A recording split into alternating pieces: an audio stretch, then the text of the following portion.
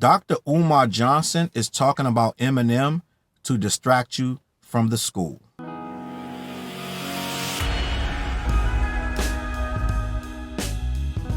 What up, world? Your boy Charles Brown back again talking facts. Hit that like button, hit that subscribe, hit that notification bell.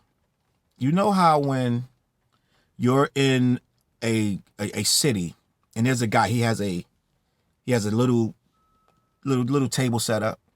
He got 3 cards on it. And it's a shell. It's called the shell game.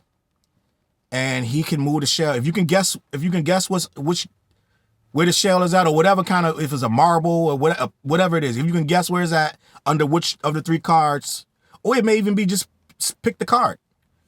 He's tossing the cards back and forth. If you can guess that, you win. Right? Now, there's a guy in the crowd. He's talking. There's another guy in the crowd, a girl. They all are in cahoots with this shell game. And they're going to make him win so it looks easy. So that you jump in. It's all a distraction. And when you go to look and you're trying to watch the card, somebody's talking, you can't figure out which card, and never mind, it was none of the cards. But you watching the cards trying to figure out, it's that card, you pick it, it's wrong. You just got hit with the shell game. It is the oldest scam and hustle in the business. The shell game works because you are not able to follow it because it's all a scam. It's a distraction. It's sleight of hand, right? You don't know that because you think they're playing up and up. But nobody plays anything up and up. So when you see a guy that is on a tear in the media, that is nonstop, just talking, constantly talking, the first thing to ask yourself is, why is he doing that? Why is this guy everywhere saying something about everything, pulling topics out the sky, and has a very strong opinion about everything? I'm going to tell you why. It's a shell game. Now, my opinion with this Umar Johnson, he's on everything that will have him. But it's only been in the last couple months. So Joe Budden podcast had Umar Johnson on for whatever reason. And Umar decided to wax poetic about a couple issues such as interracial dating, Jonathan Majors formerly of the Marvel movies, and he spoke on Eminem unable to be even in the conversation of GOAT, greatest of all time rappers, because he is in fact a Caucasian man and this is an African art form. There is absolutely no way you can put Eminem as the GOAT of an African art form. Everything that is said out of Umar's mouth has some validity to it. Let's just start there. There is nothing that we can say about what Umar says that will say it doesn't ring true to some degree. But Umar plays the shell game. And if something is amplified on 20, he's going to make it amplified to 180. And make it bigger than what it actually is. Right? So the reason you hear Umar everywhere doing everything, because what they have in the business is all publicity is good publicity. Right? Unless you're Diddy. Other than that, all publicity is good publicity. Now, one thing that you have to understand in this business is you got to keep working. You got to keep working.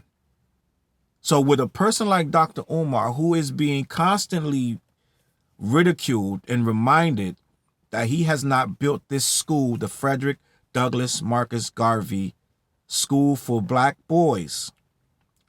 It is 2 dilapidated buildings still that are sitting waiting for, I'm sure they're still waiting for the HVAC system, the duct work to be put in, the painting, the doors, right? The lockers, the staff to be assembled, the administration, right? The janitors, right? I'm sure they need an intercom system put in there, and they're going to need to get dumpsters out back for the trash. It is still not going to open and be ready for class anytime soon. You will not see kids bouncing around at recess anytime soon. You will not hear a curriculum announced for this school. Why? Because in my humble opinion, it is a scam and it is never going to open. And you say, Charles, what does this got to do with Eminem? Well, I'm going to tell you, because for quite some time, we had not seen Dr. Umar other than in memes on Twitter. We have not seen Dr. Umar really progress outside of his own live streams, walking through these schools with these weird updates and nefarious claims of this and that, and his really strange direct comments to women in these things, and about, you know, if you ain't got natural hair, you can't come to the cookout. Like all it, just kind of goofy. And I understand what I'm like when I say the sentiment. He's taking little sentiments that we as black people hold dear, like natural hair, which is every female does not have natural hair. It's not going to ever happen, no matter what you say. We've been talking about keep your hair natural since the 70s, and literally it's 2024, about to be 2024, and women have more lace fronts than ever, right? So to say that means you're pandering to something that is never going to exist. All the women come to your cookout with natural hair. Good luck, right? But the reason we've seen Umar in such a frenzy of media blitzing is because the school will not open. So with that being said, he can't sit idle by forever when the donations for the school are drying up. And it is starting to be called out that it is looking kind of scary for the Frederick Douglass Marcus Garvey School for Boys, Black boys. And as a true shell game cardsmith, you got to get a new deck of cards and shuffle them and get the scam going back up. And I know scam is a harsh word. I always say that Umar is one of the most intelligent men you will find, especially when topics of Africanism, Pan-Africanism, and just blackness. He says some of the most eloquent quotes and a lot of teachings that are good. A lot of things that we should, as a people, adhere to. But some of the stuff is a little extreme, which is, and it's exclusive, not inclusive, when he starts to divide, saying he can't respect your level of work or towards your level of work towards black people if you in fact have chosen a mate that is not black, no matter what the case may be. Now, we haven't fully defined how deep black goes when it becomes that girl's not black enough, that guy's not black enough, he's not black, that he only has a quarter of blackness. So it's like we haven't defined how black you got to be for Umar to say you're black. But he named the school Frederick Douglass Marcus Garvey when Frederick Douglass had a white wife. But that's neither here nor there. What we're going to do is stay focused and say that I believe that we are getting this blitz of media about Umar Johnson because the hustle has shifted. It's all about exposure now. Get out there, get your name buzzing, start trending again. And literally the only reason Joe Budden would have him on there is to help him to trend. What is he bringing to the Joe Budden podcast except extreme, actually, I don't know what he's bringing to it, but these extreme views are going to ensure that there are clips, shorts, and memes for years that will include Joe Budden sitting there looking like he's a statue, Melissa Ford looking confused and scared, and these guys going at it, him and the ICE or whoever it is over there, going back and forth, or well, that's not ICE, but whoever it is, going back and forth about how he dates white women and how he doesn't respect his culture because he fell in love with a white woman. These clips have gone viral, super viral, and they have said nothing about the school. Now, I saw a female online like, show me why you don't like Umar Johnson and you can't use the word school, biracial. She named 5 things that you couldn't say. So we're supposed to not worry about none of his characteristics. We're just supposed to go with whatever he says, right? Yes, that's what he wants you to do. He wants you to forget about the school. He wants you to forget about his comments about all these different things, which there are a lot of comments that I don't agree with.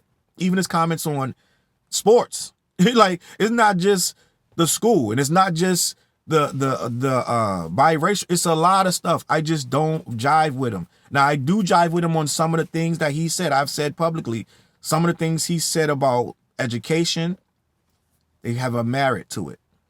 Some of the things he said about people, just different cultures, they have merit to them. But he's going to take it, it's called gaslighting. He's going to take the little bit that you kind of agree with and turn the fire all the way up and make it extreme. And at that point, it's not even about what you believe anymore. You're getting an extreme version of some topic that is a real topic, but now it's overblown and overhyped into this big thing, and it's gaslighting people.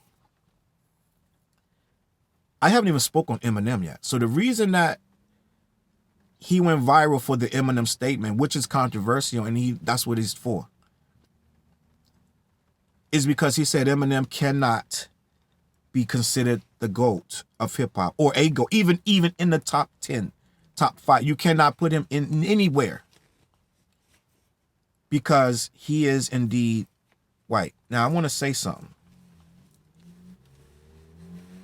Can I have Big Pun in my top 10? Is that possible? Let me know. Can I be a fan of the Beastie Boys? Can I say they're the top 10 group of all times? Is that okay? Right?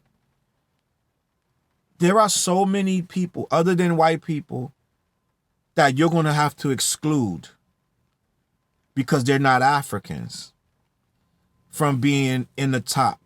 And second of all, your top is that's your top 5 picks, top 10 picks. That's subjective to who you like. So I don't care who created what. You can't tell a person they can't put somebody in their top 5. That's not a thing. There's no arguing with somebody's top 5, top 10. Some people say the goofiest stuff in their top 5, top 10. And they all Africans, but they say the goofiest stuff. And we have a whole nother topic about African and black. That's a whole different conversation. But some people are Caribbean. Some people are Asian. Some people are European. Some people are... It's so many different cultures. You got Samoans. You got so many people that have put their foot into this culture to make it what it is. Hip-hop hasn't been fully African for a very long time. So to say somebody can't be a part of it because they're African, how many basketball players are you telling you can't be great because basketball is a white man's sport? How many black players are you telling you can't be? The only top 10 basketball players can be is the white guys. Jerry West and these guys and Larry Bird. Because newsflash, basketball is created by white people. I don't know if y'all know that. I'm just going to look around the room. Basketball is created by white people. Yeah, your top 10 basketball players are going to be black. So how many of these basketball players can you exclude from being great basketball players because basketball was created by white people? If that's the case, Jordan can never be the GOAT of basketball.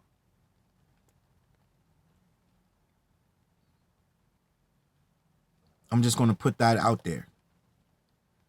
When you start separating things that are put out into the world, and let's mind you, no rappers go around with that mind state. But no beatboxers, no break dancers, no graffiti guys. They don't go around. I want to say this loud and clear to the suckers in the back. You're not going to ever find a graffiti artist that tells another graffiti artist you can't write graffiti because you're not black.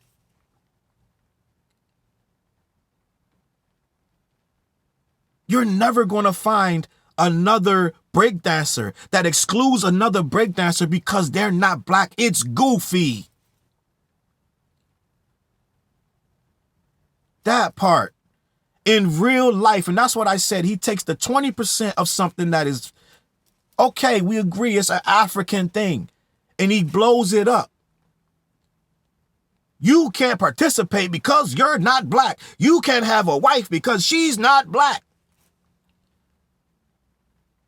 But in real life, it's going to be 10 graffiti guys over there, and some of them are going to be white. And no one's going to stop him from writing. And in a lot of cases, let's just be honest. These white people over in Europe are the ones really keeping the hip hop alive. The pure hip hop. Why do you think KRS-One is over there?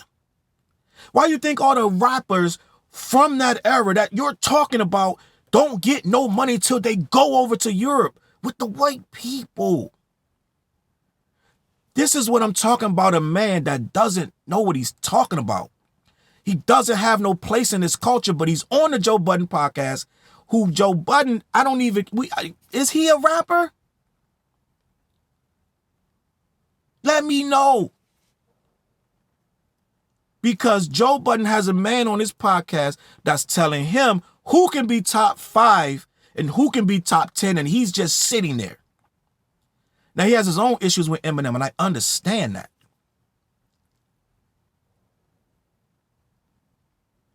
But I've never heard Joe Budden exclude somebody because of their skin color. I've never heard that in my life. So you let that man sit on that couch and say somebody can't do something because their skin color.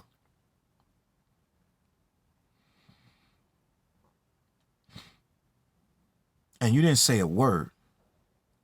So let me just wrap this up because I'm not going to go too much longer on this.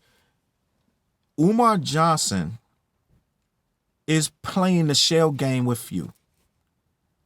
He's talking about Eminem, Jonathan Majors, and whatever else you want to talk about. But he ain't talking about that school. He ain't going viral for the school opening. I guarantee you that school opening tomorrow, it's going viral. It's going viral. Over 10 years of donations for that school, that's going to be a viral moment. I promise you that. He ain't talking about how he put to the IRS for 2 years. He didn't receive one donation. He's not telling you that. It's a fact. Umar Johnson reported 2 years of 0 donations. What? Okay, so what we're going to do is I need you to understand when you're getting the shell game, right? I understand when I'm getting the shell game. And that's what's going on with you right now. CLBMG.com. My name is Challz Brown. Go check it out. Go check it out. Do the research for yourself.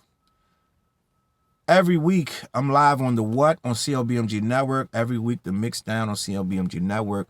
Make sure you follow us. Go listen to my music. Go listen to my other shows. We out here, CLBMG. I'm going to catch you on that flip side. See you in LA real soon. Peace. CLB.